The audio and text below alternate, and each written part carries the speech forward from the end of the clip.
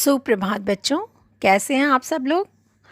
आज मैं आपकी पाठ्यपुस्तक क्षितिज भाग 1 के काव्य खंड के पहले पाठ कबीर, जी हाँ, कबीर की साखियाँ और सबद पाठ को लेकर उपस्थित हुई हूँ।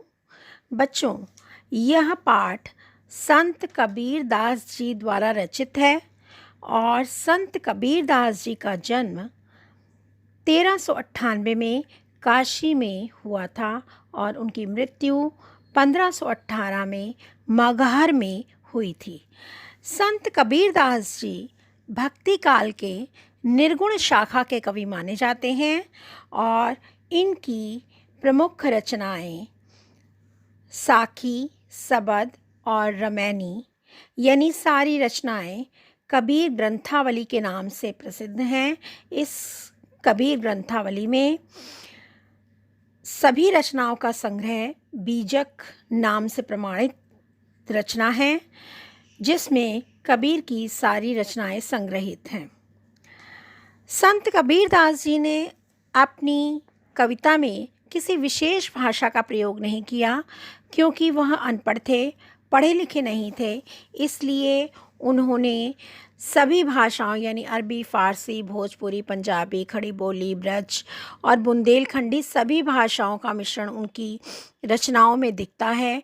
इसलिए उनकी भाषा को पंचमेल खिचड़ी या सधुकड़ी भाषा कहते हैं। सधुकड़ी भाषा वह होती है बच्चों जिसमें सभी भाषाओं का मिश्रण हो, उसे सधुकड़ी भाषा कहते हैं।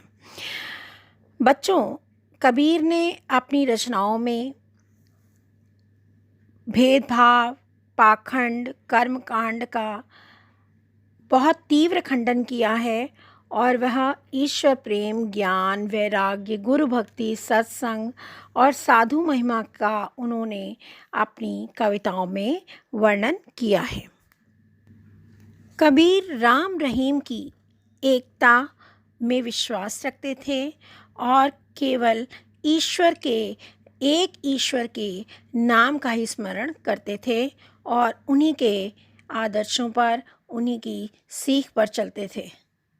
बच्चों, इस पाठ में कबीरदास जी की साखियाँ और सबद दोनों आप पढ़ेंगे। इस पाठ में बच्चों प्रेम के महत्व को, संत के लक्षण को, ज्ञान की महिमा और वाह्य आडंबरों का यहाँ विरोध किया गया है इन साखियों में, और सबद में वाह्य आडंबरों का और अपने भीतर ही ईश्वर की व्याप्ति का, अपने भीतर ही ईश्वर की मौजूदगी का वर्णन कवि ने किया है। तो बच्चों, प्रारंभ करते हैं पाठ कबीर की साखियाँ। पहली साखी देखिए बच्चों।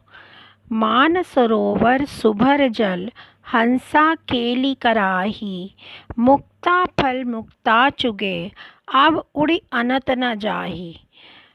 यहाँ पर मान सरोवर का अर्थ होता है बच्चों मन रूपी सरोवर। मान सरोवर एक सरोवर का नाम है जो हिमालय पर्वत पर स्थित है। पवित्र सरोवर, हिमालय पर्वत पर स्थित एक पवित्र सरोवर जिसका नाम है मानसरोवर। और यहाँ पर इसका अर्थ है मन रूपी सरोवर। सुभर मीन्स अच्छी तरह से भरा हुआ, और सुभर का दूसरा अर्थ है पवित्र जल, शुभ जल। हंसा मीन्स हंस, और दूसरा अर्थ है हंस का भक्त। केली कराही, केली का अर्थ है बच्चों क्रीड़ा करना, खेलना। मुक्ता फल मीन्स मोती, और मुक्ता चुगे, मुक्ता मीन्स स्वतंत्र रूप से, मुक्त रूप से चुगते हैं। अब उड़ी उड़ करके, अनत मीन्स दूसरी जगह पर, अन्यत्र कहीं, ना जाही नहीं जाना चाहते। तो बच्चों, इस साखी का एक प्रतीकार्थ है इसका और एक शाब्दिक अर्थ है। ठीक है, देख लेते हैं अब इसको कंपाइल करके। कबीरदास जी कहते हैं कि पवित्र जल से भरे हुए मान सरोवर में, सुभर मीन्स पूरी तरह से भरे हुए, मान सरोवर में पूरी तरह से जल से भरे हुए मान सरोवर में हंस केली कराही क्रीड़ा करते हैं और मुक्ता फल मिस मोतियों को मुक्त भाव से उस सरोवर से चुगते हैं और उन्हें इस जल क्रीड़ा में इतना आनंद आता है कि वे अब यहाँ से उड़कर कहीं अन्यत्र जाना नहीं चाहते। यह तो इसका हो गया शाब्दिक अर्थ बच्चों। दूसरा देखिए प्रतीकार्थ।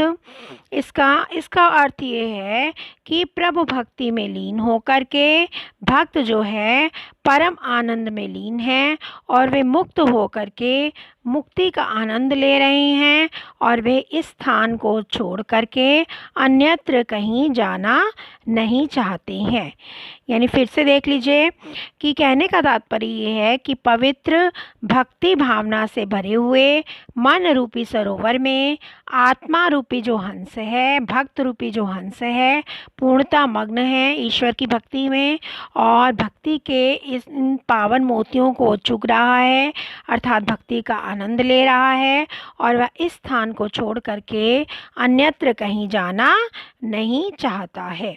तो बच्चों यहाँ पर एक इसका शाब्दिक अर्थ है और एक प्रतीकार्थ है, ठीक है।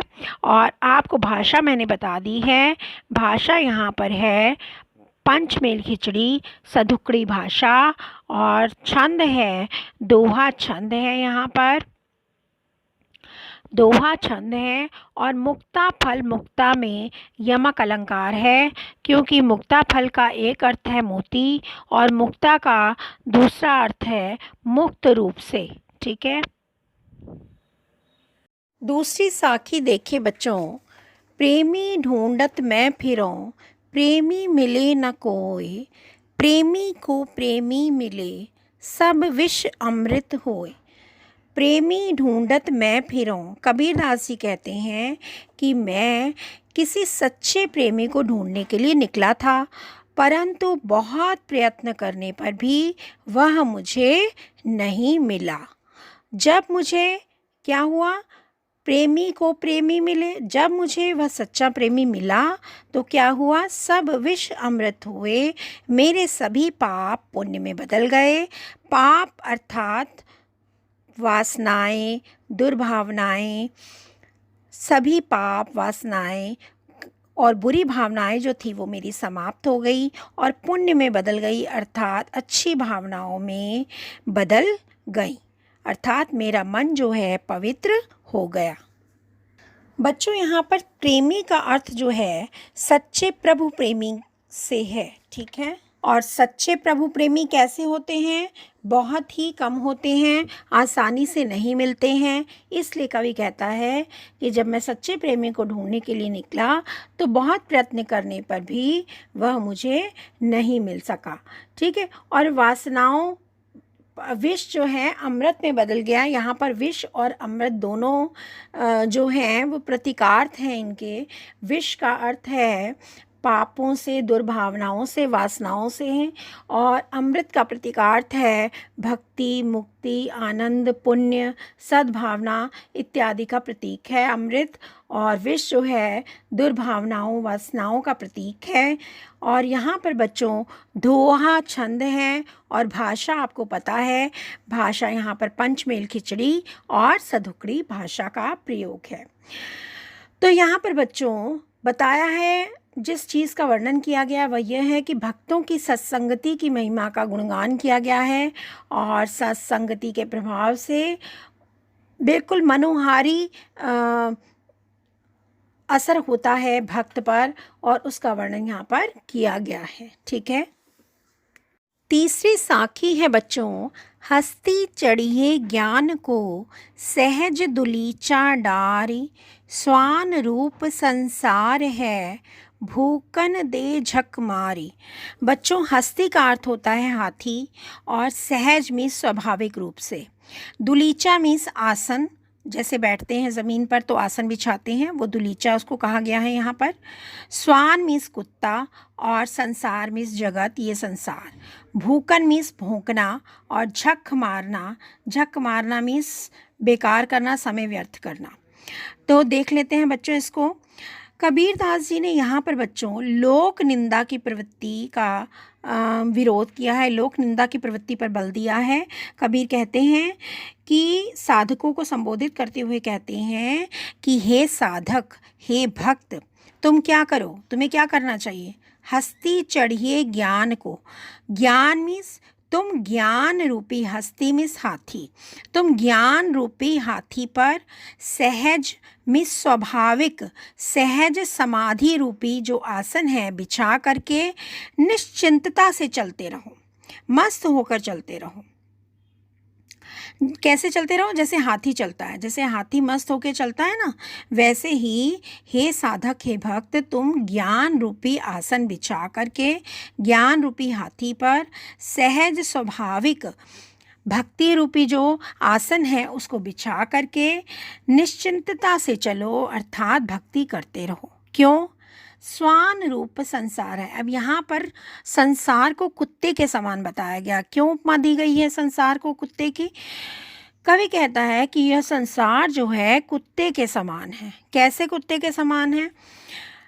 भूकन दे झक मारी, जो हाथी को चलते देखकर व्यर्थ ही भौंकता रहता है। जैसे हाथी चलता है ना, जब किसी गली कूचे में हाथी आता है तो कुत्ते जो होते हैं ना उस गली के या उस सड़क के, तो वो क्या करते हैं? भौंकने लगते हैं। उन्हें बड़ा अजीब सा वो प्राणी लगता है, इतना बड़ा, तो वो सोचते हैं कि ये यहाँ पर क्यों आ गए, तो एक साथ वो भौंकना शुरू कर देते हैं। तो उसी प्रकार से कवि कहते हैं कि हे साधक, तुम ज्ञान रूपी हाथी पर सहज स्वाभाविक साधना रूपी आसन बिछा करके चलते चलो, अर्थात भक्ति करते चलो, क्योंकि ये संसार जो है कुत्ते के समान है और इसका काम है भौंकना। ये हाथी को चलते देख करके व्यर्थ में भौंकते रहते हैं, इसलिए उससे तुम्हारा कुछ नहीं बिगड़ने वाला। अर्थात इसका अर्थ ये है कि हे भक्त, तुम दुनिया की निंदा की परवाह मत करो और अपनी साधना में लीन रहो। तो बच्चों यहाँ पर जो हाथी को बताया गया है, हाथी जो है, हाथी को जो चलते देख करके कुत्ते भौंकते ज़रूर हैं, ठीक है, और उन कुत्तों को जो संज्ञा दी गई है संसार के लोगों के समान बताया गया उन कुत्तों को, ठीक है। संसार के लोग जो हैं लोक निंदा करते रहते हैं। जो भक्तगण होते हैं, जो भक्ति करते हैं, उसको भक्ति में लीन देख करके संसार के जो लोग हैं उसकी निंदा करते रहते हैं। ये स्वभाव है व्यक्ति का, मनुष्य का ये स्वभाव है लोक निंदा करना, ठीक है। लेकिन तुम क्या करो? ईश्वर की भक्ति में लीन रहो, क्योंकि ये जो मनुष्य है ये उसी प्रकार से, ये तो सिर्फ कुत्ते के समान है, इसका काम सिर्फ भौंकना है और तुम अपनी भक्ति में लीन रहो। तो यहाँ पर लोक निंदा की प्रवृत्ति पर गहरी चोट करी है कबीरदास जी ने, जैसा कि मैंने अभी पहले बताया था, और साधकों को या भक्तों को का मनोबल बढ़ाया है कि तुम अपनी भक्ति में लीन रहो। ये तो संसार का काम है कि वह निंदा करते रहते हैं, तुम उनकी निंदा की परवाह मत करो। तो बच्चों यहाँ पर दोहा छंद है और ज्ञान रूपी हाथी बताया गया है। हाथी को यहाँ पर ज्ञान रूपी हाथी बताया गया है और ज्ञान रूपी हाथी जो है यहाँ पर रूपक अलंकार है। इसी तरह से सहज रूपी सहज साधना रूपी जो दुलीचा है उसमें भी रूपक अलंकार है और दोहा छंद है। साथ ही स्वान रूपी संसार को स्वान के समान, कुत्ते के समान बताया गया, तो यहाँ पर उपमा अलंकार है। और झक मारी यहाँ पर एक मुहावरा है बच्चों, इसको अंडरलाइन कर लीजिए। इसके साथ भूकन दे झक मारी, ये जो पूरी पंक्ति है ये एक प्रभावशाली बिंब है, ठीक है। बिंब बच्चों वो होते हैं जिसको पढ़ करके हमारे सामने, हमारी आंखों के सामने कोई दृश्य उपस्थित हो जाता है। तो जब हम ये पढ़ते हैं भूकन दे झक मारी, तो इसको पढ़ते ही हमारे सामने, पाठक के जो सामने, आंखों के सामने व्यर्थ भौंकता हुआ कुत्ता सजीव हो उठता है, इसलिए ये प्रभावशाली बिंब है, ठीक है। इसी के साथ बच्चों यहाँ पर आपके 3 साखियाँ समाप्त हो जाती हैं और इस वीडियो में हम 3 साखियाँ पढ़ेंगे। पाठ का शेष भाग यानी शेष साखियाँ हम अगले वीडियो में आपसे उसकी चर्चा करेंगे। उम्मीद है आपको ये साखियाँ अच्छी तरह से समझ में आ गई होंगी। अगले वीडियो में पाठ के शेष भाग के साथ मैं आपसे फिर मिलूँगी। तब तक के लिए बच्चों धन्यवाद।